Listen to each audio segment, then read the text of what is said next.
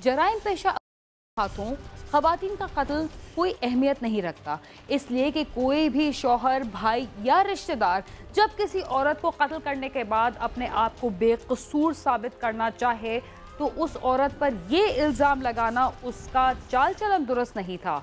इंतहाई आसान हरबा समझा जाता है।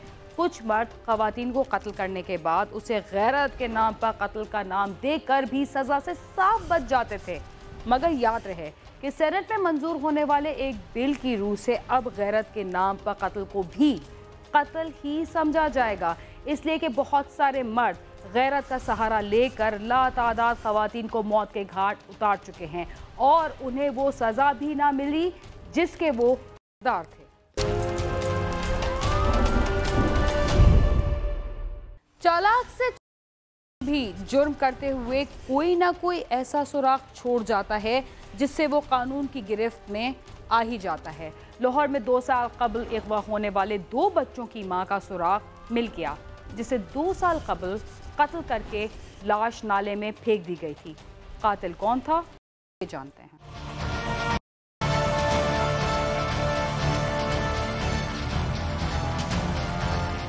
नशमन टाउन निश्तर कॉलोनी की रहायशी बख्तावर बीबी की बेटी बशीरा की शादी 16 साल कबल मकामी रहायशी फैक्ट्री मुलाजम नजीर के साथ हुई थी। 2 साल कबल बशीरा बीबी पुरस्कार तौर पर लापता हो गई। नजीर ने उसकी तलाश में नाकामी पर थाने में अगवा का मुकदमा दर्ज करवा दिया। पुलिस ने मुकदमे की तफ्तीश की और कोई सुराग न मिलने पर यह केस सर्द खाने की नजर हो गया। तकरीबन 16 साल हो गए मेरी शादी को, 2 बच्चे हैं। ये तकरीबन 2 साल कबल मार्च 2014 में मुल्ज़म नज़ीर अहमद ने अपनी बीवी की गुमशुदगी का पर्चा भी कटवा दिया कि ये औरत जो है वो गुम हो गई है।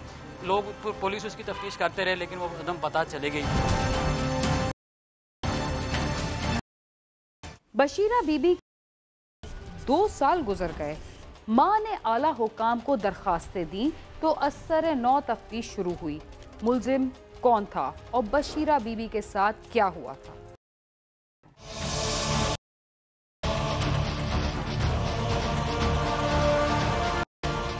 1 माह कबल बख्तावर बीबी ने एसपी इन्वेस्टिगेशन को दरख्वास्त दी कि उसकी बेटी का सुराग लगाकर उसे बाजियाब करवाया जाए। एसपी इन्वेस्टिगेशन फैसल मुख्तार ने खुसूसी पुलिस टीम तश्कील दी जिन्होंने मुकदमे की असर-ए-नौ तफ्तीश की तो बशीरा बीबी का शोहर नजीर शक के दायरे में आ गया, क्योंकि बशीरा बीबी की पुरस्कार गुमशुदगी से कबल उसका नजीर से झगड़ा रहता था। पुलिस ने नजीर को हिरासत में लेकर पूछताछ की तो उसने मतजाद बयानात दिए, जिस पर पुलिस ने उसे तफ्तीशी मराहिल से गुजारा तो उसने बीवी के कत्ल का इतराफ करते हुए बताया कि उसने साथी साजिद के साथ मिलकर बीवी को गला दबाकर मौत के घाट उतार दिया था और लाश गंदे नाले में फेंक दी थी। करीब अभी एक कबल जो है मकतूला की जो माँ है उसने दोबारा दरख्वास्त दी कि मेरी जो बेटी है वो अभी तक बाजियाब नहीं हुई, जिस पर तफ्तीश जो है मुकदमे के असर नौ की गई। तो इसमें जो हमारे तफ्तीश का जो रुख उसमें पहलू सामने आया, उसमें जो मुल्ज़म है नज़ीर अहमद जो उसका खामन था, उसको जब हमने सामने तफ्तीश किया तो उससे फिर ये बात खुल गई कि उसने जो है खुद ही इसको मार के नाश जो है अपने साथियों की मदद से अब नहर में जो है बहा दी गई थी। वजह वो ये कि इसके जो है वो कहते हैं कि इसके मुख्तलिफ लोगों के साथ नाजायज़ ताल्लुकात थी, जिसके शुबे में मैंने जो है इसको जो है वो मार दिया। ये मुल्ज़म की जो अपने जो बयानियाँ वो ये बयान करते हैं। अभी तफ्तीश में मज़ीद बातें सामने आएंगी कि असल में वजह क्या थी कि क्यों इसने ऐसा किया, लेकिन सरदस उसने ये बात बताई। बीवी को कत्ल वाले नज़ीर का क्या कहना है और पुलिस उसकी लाश तलाश कर सकी या नहीं।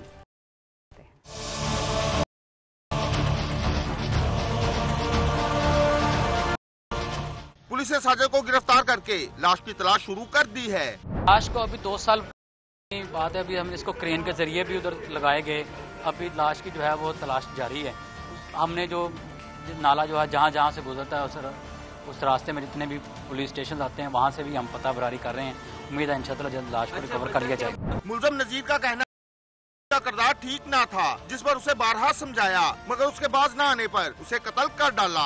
वकूआ इस तरह के मेरे बच्चे से उसमें मना करता से, ठीक है ना, मेरे आँखें नहीं लगी तो मतलब किसी से नहीं बनी, मेरी भी जो मैं कहता सी उसने आँखें नहीं लगी सी। हाँ जी, तो फिर जड़ा घर दे विच भी बड़े कदी कदी बड़ी रौला दंगा तो फसाद ते लड़ाई थे वो नहीं काबू आ रही सी। हाँ जी, ਮਜਬੂਰਨ ਤੌਰ ਜਿਹੜਾ ਹੈ ਉਹ ਫਿਰ ਕਰਨਾ ਮਾਰਿਆ ਸੀ ਉਹਨੂੰ ਨੱਪ ਕੇ ਹਾਂਜੀ नप के मारे से फिर लाके गए तो उत्थे रोइए सटे। मकतूला की मां ने वज़ीर किया है कि मुल्ज़मान को जल्द अज जल्द कैफे करदार तक पहुंचाया जाए और मकतूला की लाश की तलाश यकीनी बनाई जाए। कैमरामैन ज़िशान यूसुफ के साथ आमिर शहजाद, समा, लाहौर।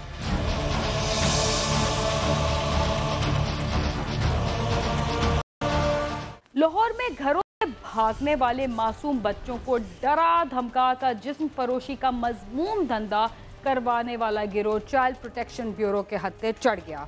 गिरोह के 3 अरकान गिरफ्तार और 3 बच्चे बाजियाब करवा लिए गए। इस गिरोह को कैसे गिरफ्तार किया गया?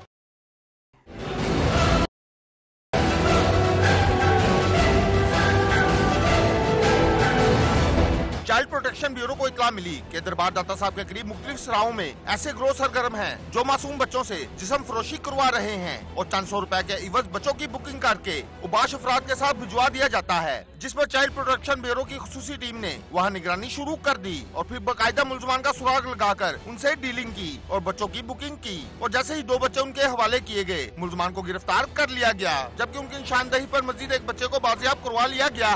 सीएम साहब के बच्चों के हकूक़ के हवाले से सीएम साहब का विजन इसी तरह था कि बच्चों को उनके हकूक़ दिए जाएं। मैडम सबा सादिक साहब की हुसूसी हदायत के ऊपर 2 माह से हम इस एरिए की रैकी कर रहे थे कि बच्चों को हमें पता चला था यहाँ एक्सप्लॉयटेशन हो रही है। उसके तहत हमने अपने ऑफिस के जो हमारे बंदे थे उनको बाकायदा हमने कस्टमर बना के इनके पास भेजा। बाकायदा हमारे पास इस चीज़ की रिकॉर्डिंग भी हैं।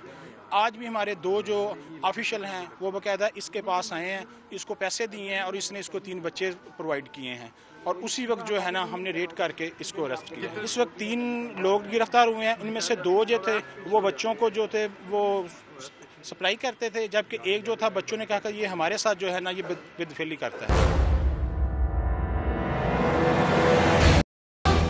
गिरफ्तार होने मुल्ज़िमान का क्या कहना है, जानते हैं।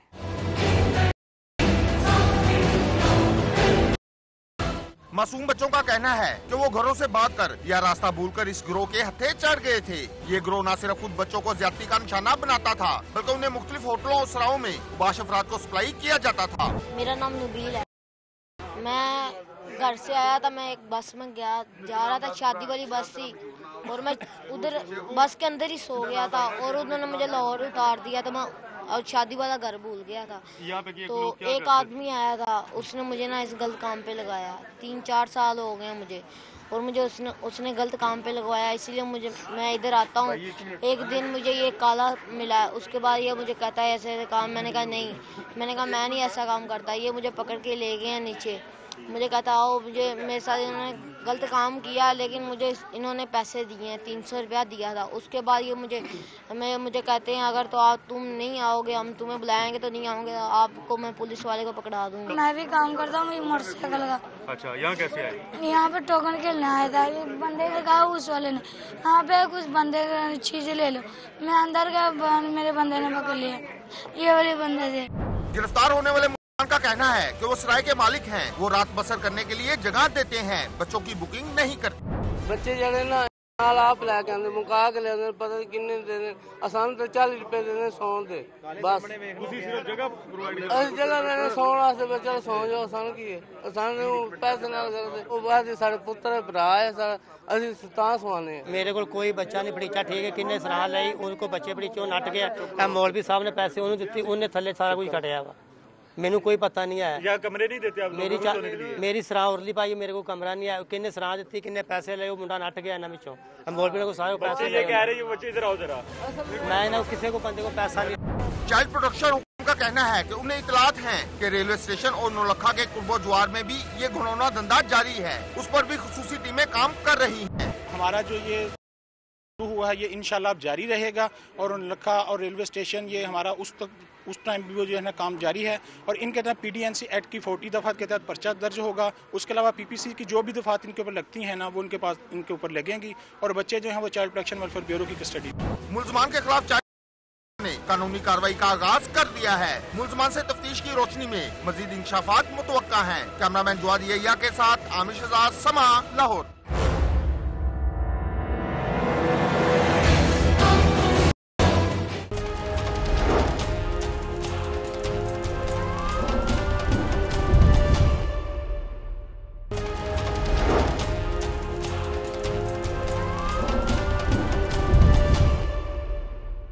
कराची में पुलिस ने डकैत गिरोह का सुराग लगाया है जिसमें डाकुओं को बाकायदा मुलाजमत पर रखा जाता था। इस गिरोह के कारिंदों की तादाद 50 से जायद है। देखते हैं कि इस गिरोह का इंकिशाफ कैसे हुआ और उसके कारिंदे किन किन वारदातों में।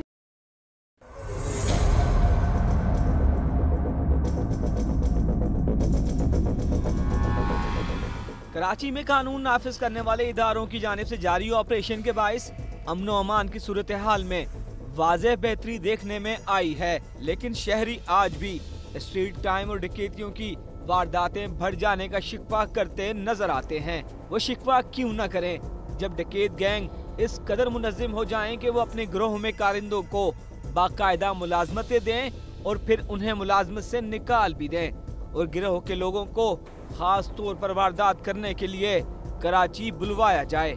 इन तमाम बातों का इंकिशाफ कराची पुलिस को उस वक्त हुआ जब पुलिस ने घरों में डकैतियां करने वाले एक गिरोह के 4 कारिंदों को गिरफ्तार किया।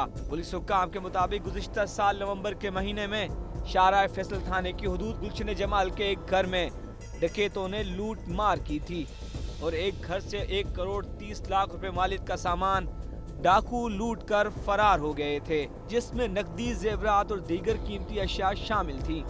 जिसके बाद पुलिस ने इस केस की तहकीकात जारी रखी और मुद्दई मुकदमा भी पुलिस के साथ मिलकर मुल्ज़िमान की तलाश में सरगर्दा रहा। हमारे यहाँ डकैती हुई थी नवंबर में यहाँ गुलिस्तान जमाल में, जिसमें तकरीबन 1 करोड़ से ज़्यादा, 1.25 करोड़ या 1 करोड़ 30 लाख की वारदात थी। सोना और कैश मिला के और दूसरे वैल्यूएबल जो उनके घर से गए थे। रात को 3 बजे हुई थी वो घर में घुस के। तो उसके बाद हमने इस पे काम करना शुरू किया गैंग पे और मुख्तलिफ़ तरीक़ों से हमने करते करते 2.5 महीने के बाद हमें पता चला कि ये लोग कहाँ कहाँ रहते हैं, क्या करते हैं। बिलाखिर पुलिस की 3 माह की मेहनत रंग लाई और शाहराह फैसल थाने की पुलिस ने खुफिया इत्तला पर गुलिस्तान जौहर ब्लॉक 11 में कार्रवाई करते हुए 4 मुल्ज़िमान को गिरफ्तार कर लिया, जिनके कब्जे से मोबाइल फोन्स, 8 लाख रुपए नकद, सोने के बिस्किट्स और भारी तादाद में असलहा भी बरामद हुआ। इस वारदात की तकरीबन 35 लाख की रिकवरी हो गई है, सोना और कैश मिला के। 8 लाख कैश है और बाकी सोना है इनसे मिला है जो। और इनके अलावा इन्होंने इंकशाफात किए हैं काफ़ी वारदातों के, मेरे ख्याल से 20 से ज़्यादा वारदातें हैं जो इन 2 सालों में कराची के मुख्तलिफ इलाकों में ये करते रहे। पुलिस के मुताबिक मुल्ज़िमान के गिरोह के कारिंदे वारदात करने के बाद शहर से फरार हो जाते थे और इस दौरान उनके गिरोह के दीगर कारिंदे शहर में नए शिकार की तलाश करते और फिर ये मुल्ज़िमान दोबारा वारदात करने के लिए कराची आ जाते थे। जिन दिनों में वारदातें करते थे 1-2 दिन पहले आते थे, फिर कोयटा चले जाते थे या मुल्तान की साइड पे चले जाते थे या इंटीरियर सिंध में कुछ लोगों की लोकेशन आने लगी। तो हमने ये अंदाज़ा लगाया कि ये लोग जो हैं मतलब यहाँ कराची के नहीं हैं, बाहर के आते हैं, वारदात करते हैं, लेकिन इनको वारदात जो बना के दे रहा है, यानी कि जो इस सारे ड्रामे का, क्राइम के ड्रामे का प्रोड्यूसर है वो कराची का है। वो रेकी भी करवाता है, वो टारगेट सिलेक्ट करता है कि इस घर में घुसना है, इसमें कोई हथियार वाला नहीं है, इसमें पैसे भी बहुत हैं। जराइम पेशा गिरोह में काम करने वाले अफराद को किसी इदारे की तरह किस तरह बाकायदा भर्ती किया जाता था।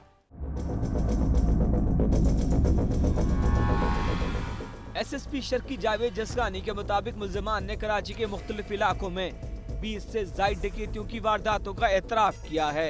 इस गिरोह के कारिंदे शहर भर में वारदातें किया करते थे। मुल्ज़िमान ने डकैतियों के दौरान मुज़ाहमत करने पर कई अफराद को हलाक भी किया है। पुलिस का कहना है कि दौरान तफ्तीश इस बात का इंकिशाफ हुआ कि ये गिरोह 50 से 60 अफराद पर मुश्तमिल है, जिसमें मुल्क के मुख्तलिफ इलाकों से ताल्लुक रखने वाले अफराद शामिल हैं और इस गिरोह का सरगना कराची में रहकर ग्रुप को चला रहा है। इस ग्रुप के कारिंदे घरों में डकैतियां करने के अलावा बैंक डकैतियां, मार्केटों और गाड़ियों को लूटने समेत कई संगीन वारदातों में मुलव्विस रहे हैं और गिरोह का मास्टरमाइंड अपने गिरोह में बाकायदा लोगों को मुलाजमत पर रखता था और चंद वारदातों के बाद पुराने कारिंदों को निकाल कर ग्रुप में नए लोगों को शामिल कर लिया जाता था। इन्होंने जो इंकशाफात किए हैं उसके मुताबिक ये 50 से 60 बंदे हैं। पूरी कराची में पिछले 2-2.5 सालों से ये एक्टिव थे और ये मुख्तलिफ़ किस्म की वारदातें करते रहते हैं। इनकी अलग अलग टीम्स हैं, जैसे पेट्रोल पम्प रॉबरी के लिए अलग बंदे हैं इनके और हाउस रॉबरीज़ के लिए अलग है और दूसरे जैसे बैंक रॉबरीज़ हैं, या मिसाल के तौर पे ये मोबाइल स्नैचिंग और इस तरह का गैंग नहीं है। ये हार्डेंड प्रोफेशनल क्रिमिनल हैं जो पुलिस के आराम से इज़्ज़त से जो हम पूछते हैं किसी से कि बता दे, वो वाला भी नहीं है। इनसे प्रोफेशनली डील करना पड़ता है। मुल्ज़िमान तो लूट मार के बाद कराची से फरार हो जाते थे, मगर उनके कराची में मौजूद साथी लूटा हुआ सामान शहर में फरोख्त कर दिया करते थे। पुलिस का कहना है कि गुलशन जमाल में होने वाली इस वारदात में घर का ड्राइवर भी मुलव्विस है, जिसने ये वारदात करवाई थी, और पुलिस ने उसे भी गिरफ्तार कर लिया है। इनका जो आधा सामान था इन्होंने कराची में बेचा था और इनका आधा सामान इन्होंने कोयटा में बेचा था, क्योंकि फिर ये आपस में सामान का हिस्सा करते हैं ना। एक बंदे ने यहाँ बेच दी, एक बंदे ने कोयटा में बेचा। तो अब दूसरी जो इन्होंने वारदातें की हैं उनका डिस्पोजल इन्होंने कैसे किया है, क्या क्या छीना है, ये तो अभी रिक्वायर्स टाइम कि हम उसकी लिस्टें बनाएं, इंटेरोगेशंस करें, पूरा लिखें कि जिस घर से डकैती हुई थी उधर का ड्राइवर मिला हुआ था। तो उस ड्राइवर को भी अब हमने इनकी उस पे पॉइंटेशन पे उस ड्राइवर को भी गिरफ्तार किया आज हमने। ये गिरोह किन इलाकों में कार्रवाइयां करता था और किन किन जराइम में मुलव्विस था? पकड़े जाने वाले चारों मुल्ज़िमान खुद को बेगुनाह करार देते रहे। उनका कहना था कि पुलिस ने उन्हें नाजायज गिरफ्तार किया है, वो तो कराची में कारोबार करते हैं। हम कसम से वारदात नहीं कर रहे। तो क्या करते थे आप? हाँ, क्या करते हो आप? हम काम करते हैं, ड्यूटी करते हैं, बस कभी मजदूरी करता हूँ, कभी लेडी चलाता हूँ, कभी जो काम मिल जाए करे। अच्छा, हाँ। तो ये सब जो सामान बरामद हुआ है, सब चीजें जो मिली वो किसके पास से? ये हमारा नहीं है सामान, पता नहीं किसका सामान। कराची तुम कब आए थे? हमें तकरीबन हुआ है 14-15 दिन हुआ है। हम खुद इस बनारस में जूते बेचते हैं सर। इसका मेहमान इस रात को आया हुआ था, इस लोगों ने उठाया। न पिस्टल है हमारे पास, न कुछ है। बकाया तुम लोगों को मर्जी है। हमारी क्या मर्जी? आप बताओ, आपने किया नहीं किया? नहीं किया हुआ है। पुलिस तो आपको गलत उठाया, आप ये बोलो। हम लोगों को गलत उठाया। जो एक बंदा है इसका, जो है कि काम इसने किया हुआ है, वरना हम लोग बेगुनाह है तीनों। मैं मजदूरी करता हूँ, दिहाड़ी करता हूँ, जो भी काम मिले जो काम मिल जाए। कभी ठेकेदार के साथ काम करता हूँ, कभी क्रश की मशीन में काम करता हूँ, जो भी मजदूरी मिल जाए वॉलंटियर करने में। एक तरफ तो मुल्ज़िमान के बयानात, लेकिन एक मुल्जिम से जब बार बार पूछा गया तो ना चाहते हुए भी उसने एक डकैती की वारदात का एतराफ़ कर लिया, जिसमें उसने कहा कि उसे उस वारदात के एवज 1 लाख रुपए मिले थे। पुलिस का कहना है कि इस गिरोह के दीगर कारिंदों और उनके सरगना की तलाश जारी है और उन्हें भी जल्द गिरफ्तार कर लिया जाएगा। इनके बाकी दीगर साथी जिनको हम चेक करा रहे हैं, जो मोबाइल्स नंबर से, सिमों से, जिनकी कुछ की लोकेशंस बंद हो रही है, कुछ की अभी भी ऑन है, तो वो उन पे हम काम कर रहे हैं। एक मास्टरमाइंड गिरफ्तार हुआ है, लेकिन एक नहीं है, मतलब 2 या 3 और भी हैं। 2 तो पक्के हैं, हो सकता है 3 भी हों, क्योंकि अभी इन्होंने सब कुछ तो हमें नहीं बताया। हम इनसे पूछ रहे हैं और इनकी जो बातों से बातें टैली कर रहे हैं, तो हमें आगे स्टोरियाँ और पता चल रही हैं। बहरहाल इनके पास they have lot of things to tell.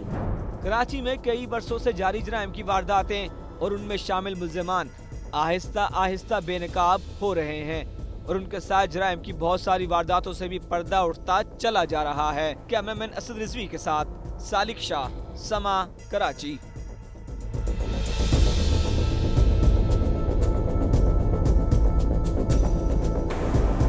अगवा भरे तावान और जराइम की दीगर वारदातों में एक शख्स के हाथों कई अफराद परेशान होते हैं और अगर इस परेशानी को हल करने के लिए पुलिस अपने फराइज अंजाम ना दे तो परेशानी में मज़ीद इजाफा होता है। इसके साथ ही क्राइम सीन अपने इख्तिताम को पहुंचता है। अगर आप हमसे रब्ता करना चाहते हैं तो हमारा पता है cs@sama.tv। इसके अलावा फेसबुक और ट्विटर पर भी हमसे रब्ता कर सकते हैं। बीना खान और क्राइम सीन की टीम को इजाज़त दीजिए और देखते रहिए समा।